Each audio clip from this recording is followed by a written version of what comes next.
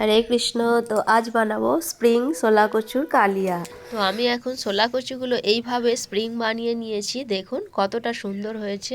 একটি কড়ার মধ্যে কিছুটা গরম জল বসিয়ে দিয়েছি আর তার মধ্যে দিয়ে দেব হাফ চামচ হলুদ গুঁড়ো আর 1 চামচ লবণ।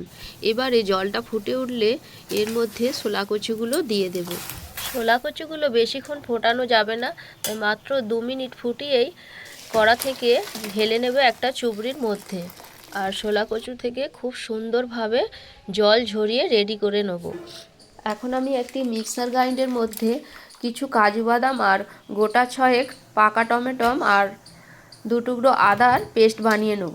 এবারে আমি ব্যাটার বানানোর জন্য নিয়ে নিয়েছি একটা পাত্র আর তার মধ্যে দিয়ে দিলাম হাফ বাটি কর্নফ্লাওয়ার আর 4 চামচ ময়দা আর 2 চামচ বেসন।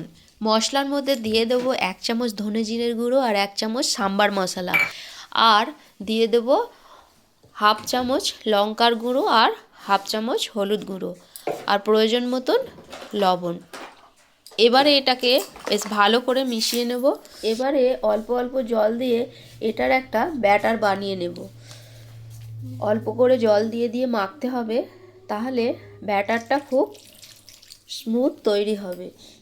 দেখুন টেক্সচারটা দেখুন। এবারে আগে থেকে জল ঝরিয়ে রাখা ছোলা কচুগুলো এই ব্যাটারের মধ্যে দিয়ে বেশ ভালো করে ব্যাটার মাখিয়ে নিতে হবে। এদিকে তেল গরম হয়ে গেছে আর এই গরম তেলের মধ্যে ছোলা কচুগুলো এইভাবে করে তুলে তুলে ছাড়তে হবে, যাতে স্প্রিংগুলো ছেড়ে ছেড়ে যায়, একটু টেনে টেনে ছাড়তে হবে।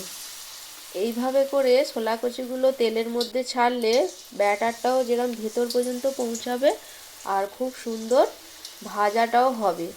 দেখুন যত ভাজা হচ্ছে স্প্রিংগুলো ততটাই বোঝা যাচ্ছে।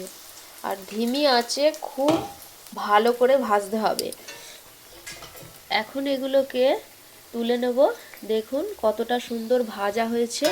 আর এভাবে করেই ভালো করে ভাজতে হবে ধিমি আঁচে। প্রত্যেকটাই স্প্রিংগুলো কত সুন্দর হয়েছে। চাইলে আপনারা এইগুলোকেই চাট মশলা আর বিট লবণ ছড়িয়ে ভগবানকে নিবেদন করতে পারেন। এখন আমি সব ছোলা কচুগুলো এইভাবে করে ভেজে রেডি করে নেব। আপনারা চাইলে এই স্প্রিং পকোড়াগুলো বিট লবণ আর চাট মশলা ছড়িয়ে ভগবানকে ভোগ নিবেদন করতে পারেন, এতেও খুব সুস্বাদু হয়। কড়ার মধ্যে অল্প একটু সাদা তেল দিয়ে দিয়ে দেব দারচিনি, লবঙ্গ, এলাচের ফোড়ন আর দিয়ে দেবো কয়েকটি কারি পাতা।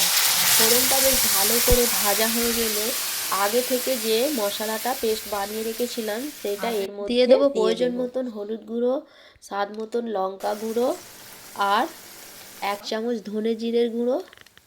আর এর মধ্যে দিয়ে দেব যেই মশলাটা, সেটি হলো সাম্বার মশলা। এটা আমি বাড়িতে বানিয়েছি।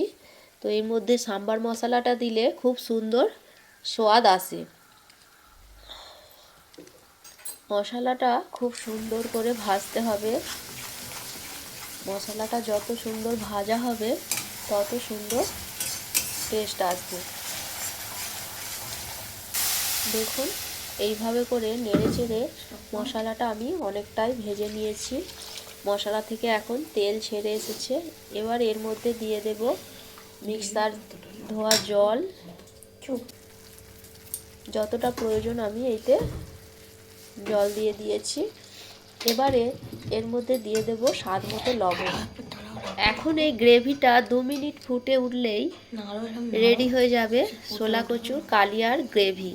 দেখুন গ্রেভিটা কতটা সুন্দর হয়েছে। এটা একটি পাত্রের মধ্যে আমি ঢেলে নেব। এবারে দেখুন এই ছোলা কচুগুলো এই গ্রেভির মধ্যে দিয়ে দেব আর চামচের সাহায্যে এইগুলো ভালো করে গ্রেভি মাখিয়ে নেব। এবারে ওপর থেকে একটু ধনেপাতা ছড়িয়ে দিলেই রেডি হয়ে গেল স্প্রিং ছোলা কচুর কালিয়া। ভিডিওটা কেমন লাগলো কমেন্টে অবশ্যই জানাবেন। আর ভগবানের কাছে প্রার্থনা করি সকলেই ভালো থাকুন। হরে কৃষ্ণ।